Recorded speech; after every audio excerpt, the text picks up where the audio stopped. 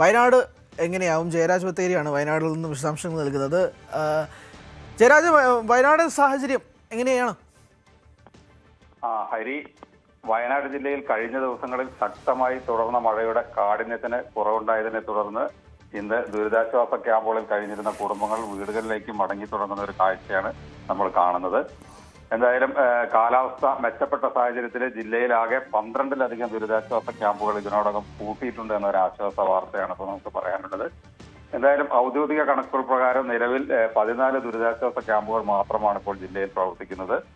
വൈത്തിരി അതുപോലെ തന്നെ മാനന്തവാടി താലൂക്കുകളിൽ 6 വീതം ദുരിതാശ്വാസ ക്യാമ്പുകളും ബത്തേരി താലൂക്കിൽ 2 ക്യാമ്പുകളുമാണ് ഇപ്പോൾ നിലവിലുള്ളത്.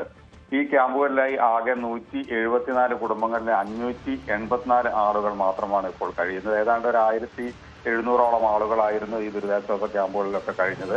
എന്തായാലും മഴ കുറഞ്ഞതിനെ തുടർന്ന് തന്നെ ക്യാമ്പുകളിൽ നിന്ന് ആളുകൾ മടങ്ങുന്നുണ്ടെങ്കിലും കേന്ദ്ര കാലാവസ്ഥാ വകുപ്പിന്റെ മുന്നറിയിപ്പിന്റെ പശ്ചാത്തലത്തിൽ തന്നെ ജില്ലയിൽ ജാഗ്രത തുടരുകയാണ്. ജില്ലയിൽ നിലവിൽ ഓറഞ്ച് അലർട്ട് പ്രഖ്യാപിച്ചിട്ടുണ്ടെങ്കിലും മറ്റ് സ്കൂളുകൾ അല്ലെങ്കിൽ മറ്റ് വിദ്യാഭ്യാസ സ്ഥാപനങ്ങളെല്ലാം തുറന്ന് പ്രവർത്തിക്കും.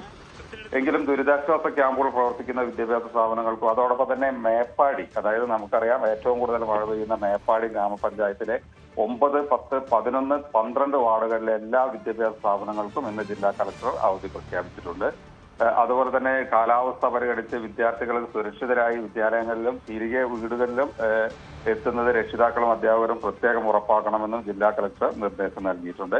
കൂടാതെ കനത്ത മഴ തുടർന്നാൽ ഒറ്റപ്പെടാൻ സാധ്യതയുള്ള മേപ്പാടി പഞ്ചായത്തിലെ ചൂരൽമല അതുപോലെ തന്നെ മുണ്ടക്കൈ തുടങ്ങിയ മേഖലകളിലെ താമസക്കാർക്ക് പ്രത്യേക കരുതൽ നടപടികൾ സ്വീകരിക്കാനും ഇന്നലെ നടന്ന യോഗത്തിൽ തീരുമാനിച്ചിട്ടുണ്ട്. അതുപോലെ തന്നെ ഈ പ്രദേശങ്ങളിലെ ചില വാർഡുകളിലെ സൗജന്യ റേഷൻ ഉൾപ്പെടെയുള്ളവ എത്തിക്കാനുള്ള നടപടികളും പുരോഗമിക്കുമെന്നാണ് അധികൃതർ നമ്മൾ അറിഞ്ഞ് പുരോഗമിക്കുന്നുണ്ട്. അതുപോലെ തന്നെ ദുരന്ത സാധ്യത നിലനിർത്തി പ്രദേശത്ത് അടിയന്തര ഘട്ടങ്ങളെ നേരിടാൻ റവന്യൂ അതുപോലെ തന്നെ ഫയർഫോഴ്സ്, ആരോഗ്യ വിഭാഗം എന്നിവയുടെ നേതൃത്വത്തിൽ പ്രത്യേക സംഘങ്ങളെയും സജ്ജമാക്കിയിട്ടുണ്ട്. അതേസമയം കൽപ്പറ്റ കളക്ടറേറ്റിൽ ചേർന്ന ജില്ലാതല അവലോകന യോഗത്തിൽ കഴിഞ്ഞ ദിവസം പ്രധാനമായും പറഞ്ഞത് ജില്ലയിലെ പ്രധാന ഡാമുകളിലെ ജലനിരപ്പ് നിലവിൽ സുരക്ഷിത പരിധിക്കുള്ളിലാണെന്നാണ് അധികൃതർ വ്യക്തമാക്കിയിട്ടുള്ളത്. അതൊരു ആശ്വാസകരമായ ഒരു വാർത്ത തന്നെയാണ്. എങ്കിലും ഡാം സുരക്ഷാ വിഭാഗത്തിന്റെ നേതൃത്വത്തിൽ ജലനിരപ്പ് നിരന്തരം നിരീക്ഷിച്ചു വരുന്നുണ്ട്.